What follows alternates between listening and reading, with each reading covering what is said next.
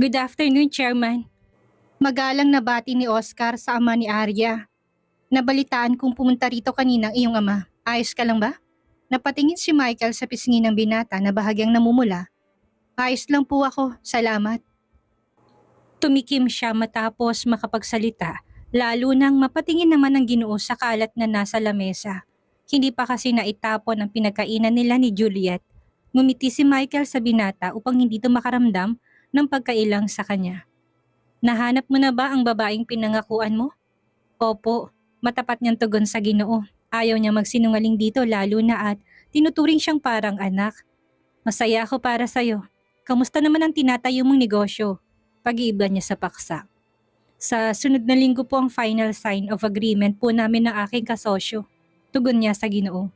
Good. Kung kailangan mo ng tulong ay alam mong malalapitan mo pa rin ako. Tinapik niya sa balikat ang binata. Thank you po. Natouch siya sa pinapakitang concern ng Ginoo sa kanya. Sa ama hindi niya yun nararamdaman, puro lang pansariling interest ang iniisip nito. Alright, kailangan mong ipakilala sa akin ang ipinalit mo sa anak ko at gusto kong makilala. Birong totoo ni Michael sa binata. Opo, ipapakilala ko po siya sa inyo kapag official ng ang aming relasyon. Tsk, mukhang humihina ka. Natawa na rin si Oscar sa biro ng Ginoo. Masama pong loob at ilang taon kong tinikis. Well, good luck. Asahan ko na bago ka umalis dito ay may pakilala mo na siya sa akin. Bahagya siyang yumuko sa harapan ng Ginoo na magpaalam na itong aalis. Pagkasara ng pinto'y sandaling tumigil si Michael. Napatingin siya sa palikong hallway kung saan nakita kaninang anak ng pinsan. Tinahak niya yon at hinanap to. Gulat na napatingin si Juliet sa tiyuhin ng makasalubong to. Papunta na sana siya sa opisina ni Oscar. Oras na ng trabaho, anong ginagawa mo dito? Tonong paninita na ani ni Michael. Tito, hello po. Pilit siyang umiti sa tiyuhin at hindi alam kung anong isasagot dito. Kaunting oras na nga lang ang natira at mag-start ng trabaho. Hindi niya maaring sabihin na si Oscar ang pupuntahan niya. Alright, bilisan mong kung ano man ang gagawin mo at kahit kaanak kita ay hindi maaari ang late sa trabaho. Opo, balik ka na po sa opisina mo. Nakangiting pagtataboy niya sa Ginoo. Pumalatak si Michael, siya pa talaga ang pinaalis ng dalaga. Napailing na lamang siya at tumalikod na upang makagalaw na rin to ng malaya. Halos takbuhin na ni Juliet ang opisina ng binata nang wala na sa paningin ng tiyuhin. Hinapo pa siya pagkapasok sa loob ng opisina. Anong nangyari? Sinong humahabol sa'yo? Nag-aalalang tanong ni Oscar pagkalapit sa dalaga. Bumuga na muna ng hangin sa bibig si Juliet bago hinilang binata, paupo sa upuan nito. Nagmamadali lang ako dahil malapit nang matapos ang oras ng break time. Huwag mong alalahanin ang oras at mabilis niyang tinakpan ang bibig ng binata gamit ang kaliwang kamay. No, umiling-iling siya. Ayaw kong gamitin mong yung posisyon sa ganitong case. Napangiti si Oscar at mabilis na pinahabang nguso kaya parang hinahalikan ng palad ng dalaga. Parang napapasong inalis niya ang kamay sa bibig ng binata. Ang loko at ngumiti pa ito na nakakaloko. Kaya love kita eh. Ang ganda na, ang bait patas saka sexy. Puri ni Oscar at kumindat sa dalaga.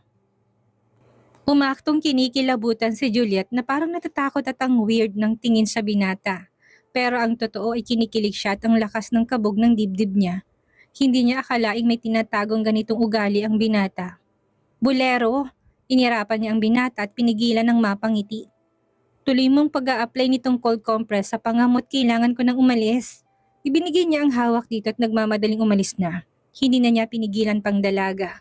Napangiti siya habang inilalapat ang hawak sa pisngi na namula dahil sa suntok ng kapatid niya.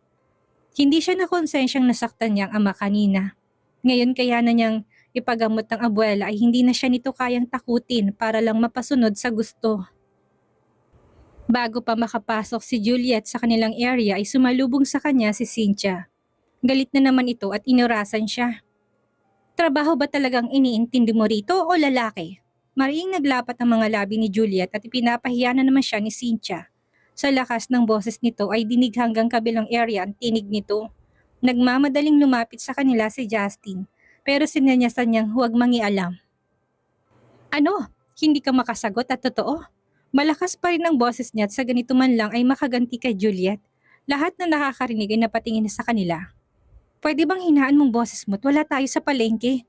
Pagigil na pakiusap ni Juliet sa babae. Sa mahinang tinig lamang. Ayaw niyang lumaki ang gulo at baka makarating sa tiyuhin niya. Mahiya ka pa pala. Nanguyam na tura ni Cynthia at hindi pinansin ang pang-aasar sa kanya ng babae. Galit nang naikuyom ni Juliet ang mga kamay dahil ayaw nitong hinaan ng boses. Alam mo po ma'am, kasalanan mo kung bakit late ako sa trabaho kaya huwag mo kong insultuhin ng ganyan. Natigagal si Cynthia nang biglang tumaas din ang boses ni Juliet. Maging ang mga nanonood ay nagulat din. Nag-init ang mukha niya dahil sa galit. How dare you? Bakit mo sa akin isisisi ang pagka-late mo sa trabaho? Ako bang nagutos sa'yo na unahin ang pakipaglandian? Mabilis niyang tinabing ang kamay ni Cynthia na nakaduro sa kanya. Halata niya naman sa mukha nitong pagkagulat dahil sa ginawa niya. Excuse me, jowa mo bang nilalandikot sobrang apektado ka? At oo, kasalanan mo kung bakit ako late dahil hinarangan mo dito at binungangaan na para bang nasa gitna tayo ng palengke. Napangisi si Justin at naaaliw sa kamalditahan ni Juliet. Tama naman ito kaya hindi niya masabing nagmamaldita ito dahil sa katayuan nito sa buhay. Naiinis din siya kay Cynthia at kanina pa siya pinapagalitan. Ang daming nakikitang mali sa trabaho niya, gayong okay naman ang lahat. Hihintay niya talagang masibak ito sa kumpanya. Witch! Galit na hinila ni Cynthia ang buhok ng babae. Intern ka lang dito at ako'y manager kaya ilugar mo yung sarili. Hindi na paghandaan ni Juliet ang ginawa ni Cynthia. Hindi niya akalaing ganun kababa ang tolerance nito sa ugali nito at hindi na naisip ang reputasyon bago umaksyon. Lahat na nakakita ay nagulat sa nangyari. Walang naglakas loob na tulungan ang sinasaktan ng manager maliban kay Gigi. Nagmamadaling lumapit si Gigi sa kaibigan at tinulungan tong makawala mula sa pananambunot ni Cynthia. Ouch! Nabitawan ni Cynthia ang buhok ni Juliet dahil may kumalmot sa kamay niya at nagkaroon niya ng sugat.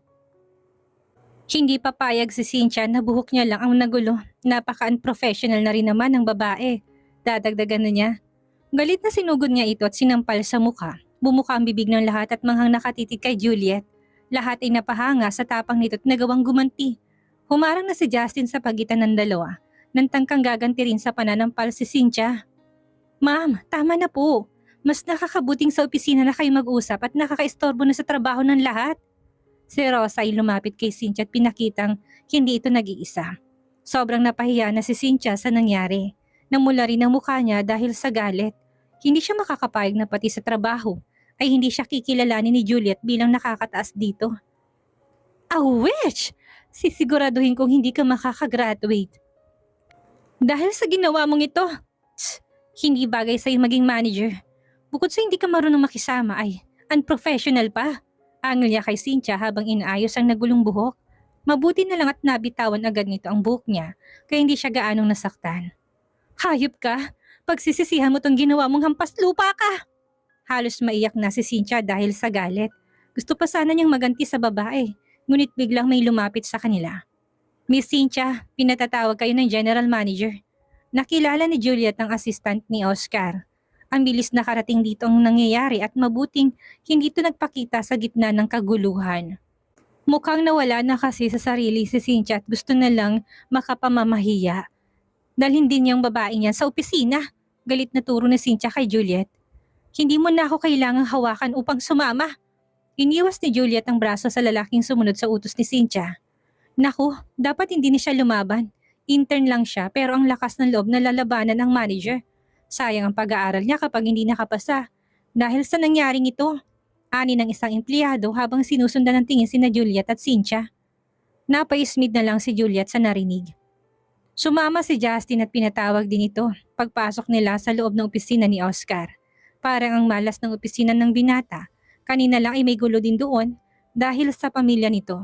Ngayon nga ay gulo na naman at yun ay dahil muli sa kanya. Pasimpleng nag-peace sign siya nang magsalubong ang tingin nila ng binata. Nakahinga ng maluwag si Oscar nang walang makitang pasa sa mukha ni Juliet. Pagtingin niya kay Cynthia ay ang sama ng tingin niya rito. Alam kong kakampihan mong babaeng yan, pero sana ay huwag kang unfair. Inunahan na ni Cynthia ang binata. Masama pa rin ang loob niya rito. Unfair? Pag-uulit ni Oscar sa sinabi ni Cynthia. Ikaw ba ay naging fair sa ginawa mo ngayon? Where is your manners? Tumalim ang tingin ni Cynthia sa binata at puro galit na lang nadarama. Miss Cynthia, hindi mo dapat dinadala ang personal issue mo sa trabaho. Matigas na paalala ni Oscar sa babae. Siyang dapat mong pagsabihan at hindi ako. Duro niya kay Juliet na natili lang tahimik sa kinatayuan. Miss Cynthia, enough! Tumaas ng boses ni Oscar. Halos maiyak si Cynthia dahil sa sama ng loob. Mabuti na lang at walang ibang tao sa loob ng opisina. Bumaling ang tingin ni Oscar sa supervisor. Sabihin mo sa akin kung anong nangyari. Lalo lamang nainis si Cynthia dahil kampi kay Juliet si supervisor. Miss Cynthia, mamili ka. Mag-sorry ka or kusang umalis sa iyong trabaho. Malamig na tanong ni Oscar sa babae habang matamantong pinagmamasdan. No way! Galit na tumalikod si Cynthia at nagmamadaling lumabas ng opisina. Hindi siya magsusorry sa babaeng yon, lalo na ang kusang umalis. Pumalatak si Juliet. Hindi niya akalaing ganun ka-childish si Cynthia. Galit na napasunod ang tingin ni Oscar kay Cynthia, parang binastos na rin siya nito bilang general manager. Huwag ka nang magalit at ayos lang ako. Humawak siya sa braso ng binata. Mabilis na tumalikod si Justin upang bigyan ng space ang dalawang naglalambingan. Siya na lang ang mag-a-adjust upang hindi mainggit. Napubuntong hininga si Oscar bago sinuring pisngi ng dalaga. Sigurado ka na ayos ka lang? Di ko man bibig na tumango si Juliet at ngumiti sa binata. Kailangan na naming bumalik sa trabaho. Bulong niya habang nakatingin sa nakatalikod na si Justin. Tumango si Oscar. Kailangan niya sundan si Cynthia at hindi pa sila tapos. Hindi siya makakapayag na ganunin ito si Juliet. Pagkalabas nila ng opisina ni Oscar, hinila ni Juliet sa kamay si Justin. Isinama niya ito sa opisina ng assistant ng tiyuhin niya. Kailangan niya itong makausap upang hindi makarating sa chairman ang nangyari sa kanya. Ayaw niyang malaman ng lahat kung sino siya, lalo na si Oscar. Tahimik lang si Justin habang nakikinig sa pag-uusap nila Juliet at ng assistant ng chairman. Masaya siya at malakas ang kapit ng taong kinakampihan niya ngayon. Hindi niya akalaing hindi lang itong kaanak ng chairman, anak din pala ito ng major shareholder na naturang kumpanya. Kayo na pong bahala sa babaeng yun at sa taong nagpasok sa kanya rito. Huwag po kayong mag-alala at hanapin ko kung sino man ang nagpasok sa kanya dito. Yumukod ang assistant kay Juliet bilang pagbigay galang. Tumalikod na si Juliet at muling hinila si Justin palabas ng opisina. Wala kang nakita ha o narinig? Aniya rito habang naglalakas pabalik sa kabilang area. Opo. Pero sana bumalik kayo dito sa kumpanya after ng intern nyo. Nagkibit-balikat si Juliet. May sariling negosyong pamilya nila kaya malabong mangyaring hiling ni Justin. Pero kung hindi aalis si Oscar sa kumpanyang ito ay baka babalik pa nga siya dito at dito na rin magtatrabaho. Pagpasok ni Oscar sa opisina ni Cynthia ay hindi na siya nagulat na makita ang taong kinasasandalan nito sa kumpanya. Mabuti at narito ka na. Malamig na bati ni Eddie sa anak. Napangiti si Cynthia. Hindi na lang ang loob ng ina ni Oscar ang nakuha niya, maging sa ama nito na nilapitan pa niya nakaraang linggo bago nagapasok sa kumpanya. Noong una ay ayaw pa nitong makipag-cooperate sa kanya para kay Oscar, pero na makumpirmang hindi magpapakasal si Oscar sa babaeng gusto nito, ay kumampi na rin ito sa kanya. Mas gugustuhin pa nitong maikasal sa kanya si Oscar kaysa sa babaeng mahal ng anak nito na walang magandang family background. Napatingin si Oscar kay Cynthia. Hindi niya akalaing ganito nakadesperada ang babae para maangkin siya. Hindi nito alam na dahil sa ginagawa nito ay lalong aayawan niya ito. Alam kong hindi ka na mapipilit na pakasalan si Arya. Ayaw din nila sa kapatid mo at kasalanan lahat ng ito ng babaeng yon. Una ay sinira niya ang pagkalalaki ng kapatid mo sa pamilya ni Arya at ngayon naman ay inahagaw ka. At mas gustuhin mong maikasal ako sa babaeng gusto ni Mami kaysa mapunta ako kay Juliet? Tatanong niya ako sa ama at inunahan na ito. Hindi ko matatanggap ang babaeng yun at alam mong kaya kong gawin kapag nakipagmatigasan ka sa akin. Nanlilisik ang mga mata ni Eddie dahil sa galit. Hindi ko kailangan ng approval niyo sa pagpili ng babaeng maasawa. Matigas niyang tugon sa ama at nakipaglaban ng matalim na tingin dito. Bastard! Galit na sinuntok ni Eddie ang anak sa mukha at sa dibdib. Hinayaan niya sa unang sugod ng ama upang makaganti sa kanya. Saka siya lumayo dito at sinangga ang braso ng iba pang suntok. Pinagbigyan na kitang makaganti sa ginawa kong panunutok sa'yo kanina. Pero hindi ibig sabihin ay susunod na ako sa gusto niyong mangyari. Jerk! Kapag pinilit mong gusto mo ay kalimutan mo nang naging anak kita. Duro niya sa anak. Lihim na napangiti si Cynthia at gumamit na ng ganoong pambablackmail ang Ginoo. Sigurado siyang wala nang magagawang binata kung hindi ang pakasalan siya. Wala akong magagawa kung itatakwil niyo ko. Tulad ng sabi ko kanina. Sanay na akong walang mga magulang. Biglang bumagsak ang mga balikat ni Cynthia at parang gumuho ang mundo niya. Ang taas ng expectation niya kaya sobra siyang na-down sa pagmamatigas ni Oscar sa ama nito. You son of a bitch! Get out! Hinapon na si Eddie dahil sa galit. Tito, kumalma po kayo. Ang mabuti pa, saka na kayo mag-usap ni Oscar kapag pareho ng malamig ang ulo ninyo. Hinawakan ni Cynthia sa brasong Ginoo at pinaupo. Ikinuha niya rin ito ng tubig. Hindi na magbabagong isip ko, kaya huwag mo na rin guluhin ang mga magulang ko, Cynthia. Kahit anong gagawin mo, ay si Juliet lang ang mahal ko at mamahalin. Halos dumugo ng labi ni Cynthia dahil sa pagkadiin ng kagat doon. Pakiramdam niya ay nadurog ang puso niya dahil sa mga sinabi ng binata. Humigpit ang hawak niya sa baso na may lamang tubig at dahan-dahang humarap dito. Mahal ka ba niya? Dati na niya akong mahal at gagawin kong lahat upang mabawi siya. Seryosong tugon ni Oscar. Mabilis na kinuha ni Eddie ang tubig na ibinigay ni Cynthia at ininom yon. Halos manikip kasi ang dibdib niya dahil sa galit.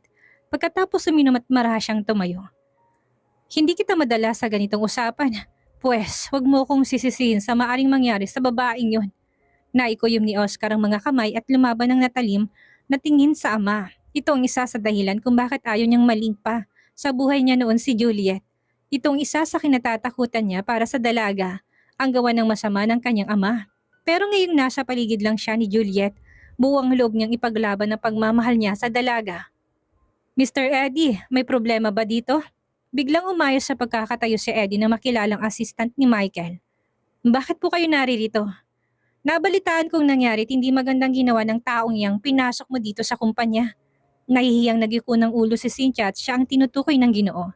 Ginagalang to ng ama ni Oscar kaya ang ibig sabihin ay mas mataas ang authority nito sa kumpanya.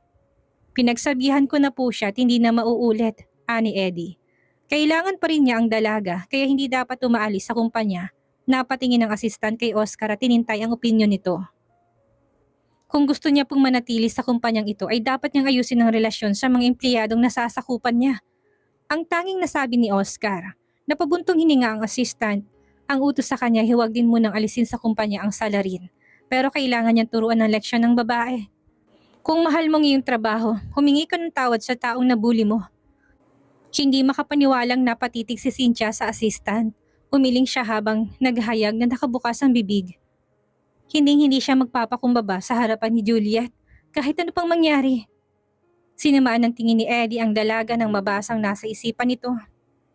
Lunukin mo na muna yung pride mo, hindi ka maaaring matanggal ngayon sa kumpanyang ito.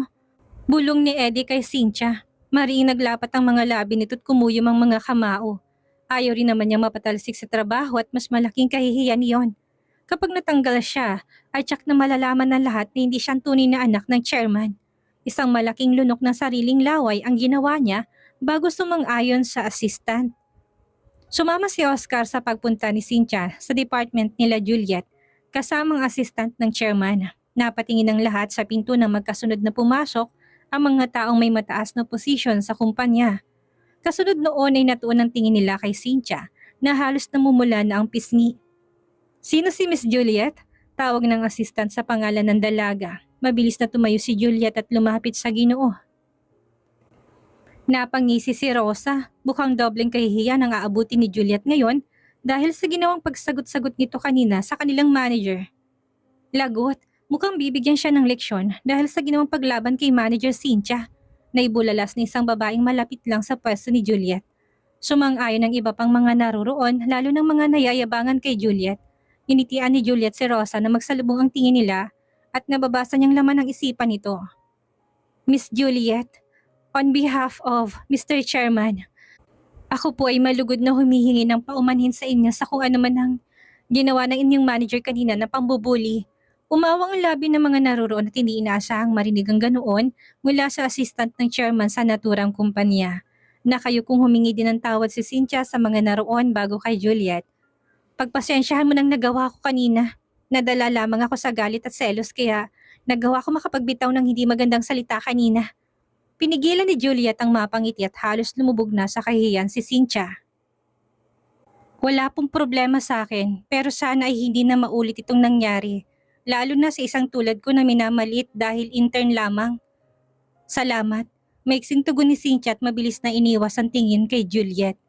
Alam ni Juliet na hindi bukal sa kalooban ni Cynthia ang mga sinasabi nito. Pero hinayaan niya ang mahalaga ay naranasan itong mapahiya at admit ng kasalanan. Inis na naupo muli si Rosa at disappoint sa mga nangyayari. Tinanguan ni Juliet ang assistant ng tiyuhin upang paalisin na nito sina Cynthia. Si Oscar ay tahimik lang at halatang binabantayan ang bawat kilos ni Cynthia. Halos sasabog si Cynthia dahil sa galit pagkabalik sa sariling opisina. Kung nasa bahay lang siya ay tsak na marami na siyang nabasag na kagamitan. Ilang beses pa niyang namura sa isipan si Juliet. Sobrang namumuhi siya kay Jasmine. Dahil winasak na nga nitong puso niya, isinama pa pati ang kanyang pride.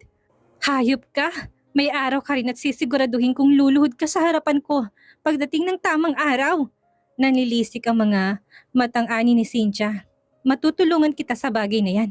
Gulat na napalingon si Cynthia sa pinto ng opisina niya at kinilala ang taong mapangahas na bigla na lang sumulpot doon. Ngumiti si Jeric sa babae, tuluyan ang pumasok sa loob ng opisina nito. Kumatok naman siya ngunit walang sumasagot kaya binuksan na niya at naabutan nga niyang nagmumura ang babae. Mabilis na inayos ni Cynthia ang sarili nang makilalang kapatid ni Oscar. Napadalaw ka, formal niyang tanong dito. Gaano kalaki ang pagmamahal mo sa kapatid ko? Kailangan pa bang itanong yan? Naiinis niyang tanong din sa lalaki. Alam niyang mas bata ito sa kanya.